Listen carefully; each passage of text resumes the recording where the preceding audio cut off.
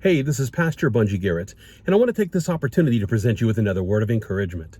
Well, it's just 5 more days until Christmas, and I have no doubt that, most Americans are scrambling as we attempt to accomplish everything that we need to complete before Christmas Eve.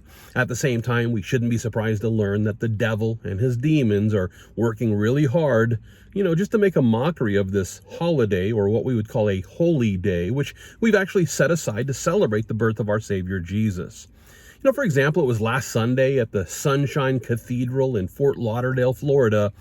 That's where the Christmas service turned into a depraved dance party, which included a group of shirtless men who were strutting their stuff up on stage.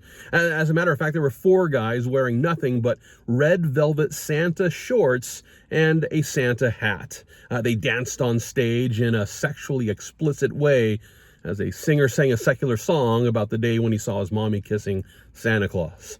Now, it should be noted that the Sunshine Cathedral describes itself as a church that affirms the belief that every person is a divine child of God and therefore intrinsically good.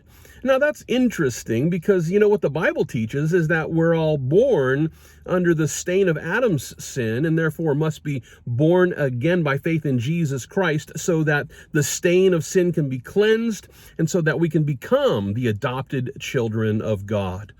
Sadly, this is a basic theological truth that's quickly dismissed in many modern churches like the Sunshine Cathedral. And it's also a doctrine that's, it's just completely rejected in many other churches. And I want to consider one church in Florida. It's found there in Coral Springs that has also used their Christmas service as a time to exchange the divine for the depraved. It was just this past Sunday when the worship team there at Church of by the Glades, they started their service with the Willy Wonka theme song, Pure Imagination, and then that song then transitioned into Aaron Carter's song, I Want Candy, and then after showing a series of Christmas-themed movie clips from secular films like Home Alone, A Christmas Story, and Frosty the Snowman, that's when the worship team again came back and they went on to cover Christina Aguilera's song Candyman, which is all about a player who makes the girl's panties drop. Happy birthday, Jesus. Oh, man. Oh, and then there's the Prestonwood Baptist megachurch, which produced a Christmas service, which, according to one report, was indistinguishable from a Hallmark movie. Wow, that's quite the description. The same reporter referred to this service as, and I quote here, a triumph of the end times Laodicean church. Wow. This Baptist megachurch in Plano, Texas, it hosted a Christmas show that featured a cast of nearly 1,000 people. And with a cast like that, well, you better believe that they had a Santa Claus flying in a real sleigh over the head of the auditorium there, and with elves singing a rocking version of Santa Claus is Coming to Town. And I'm sure we all agree that, this is all much cleaner than half-naked men dancing around in red velvet shorts. And yet, listen, this is still nothing more than a shift from the sacred to the secular.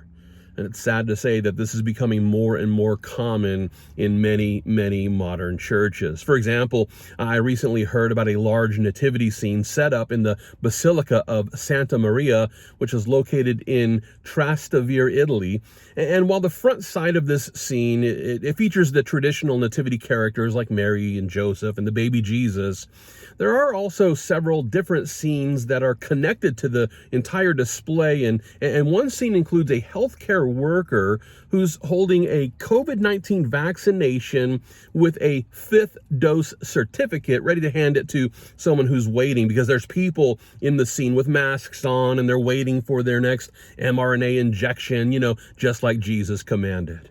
Oh, and then there's the greeting card company that has decided to produce queer Christmas cards, which, actually exchange the true biblical account of the nativity scene for the historic revision. It's a historic revision of created by those with depraved minds. You see, rather than presenting cards that include pictures of Mary and Joseph and the baby Jesus, these queer Christmas cards have, either 2 Marys, or you can choose a card with 2 Josephs. Never mind the fact that this is biblically inaccurate. These people are happy to exchange the truth for the lie as they worship. and serve the creation rather than the Creator. And listen, if that's not bad enough, then you might like to know that Governor Gretchen Whitmer of Michigan, well, she just signed an executive order which directs every state government agency to now conform to Prop 3, which is the new constitutional amendment that guarantees people in Michigan the right to an abortion. And while this depraved decision comes as no surprise, we must not miss out on one little detail. According to this executive order, Proposal 3, which was passed via a ballot initiative back in November, well, it's going to begin to be enforced on Christmas Eve. That's right. It's going to be enforced on Christmas Eve of all days. Not December 1st, not December 31st, not the beginning of the year on January 1st. No, this executive order, which requires every state agency in Michigan to conform to Prop 3, will begin to be enforced on Christmas Eve. That's right.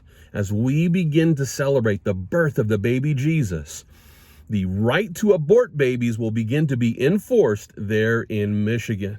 I can't help but to wonder if Governor Gretchen Whitmer, I can't help but to wonder if she, maybe read through the Bible and then found a hero in Herod. Herod, the one who sought to murder our Savior by putting to death all the male babies who were there in Bethlehem. Yeah, I'm guessing that's her Bible hero.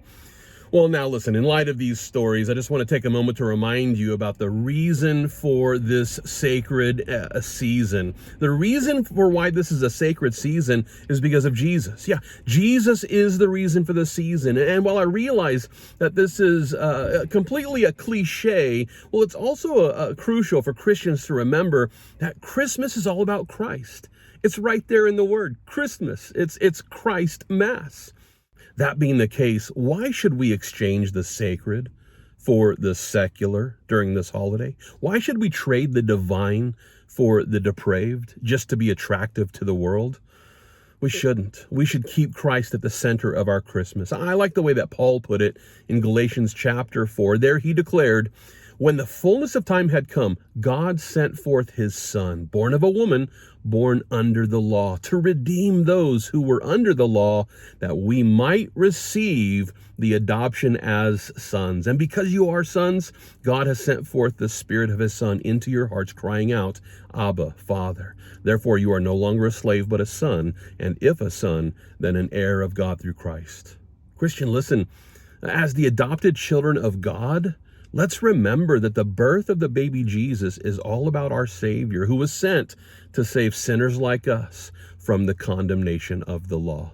And if this doesn't fill your mind with just a wonderful sense of incredible awe, then I encourage you to spend more time meditating on the mission and the ministry of our Messiah. Knowing that the sinful sons of Adam can become the adopted children of God by faith in Jesus Christ, well, this ought to fill our hearts with the joy of Jesus on Christmas Day and every day for the rest of eternity. And with this as the message of hope, well, let's celebrate Christmas by presenting this free gift of grace to those who are willing to consider the Christ of Christmas. And as we do, the Lord will help us to fight the good fight of faith, and all for the glory of God.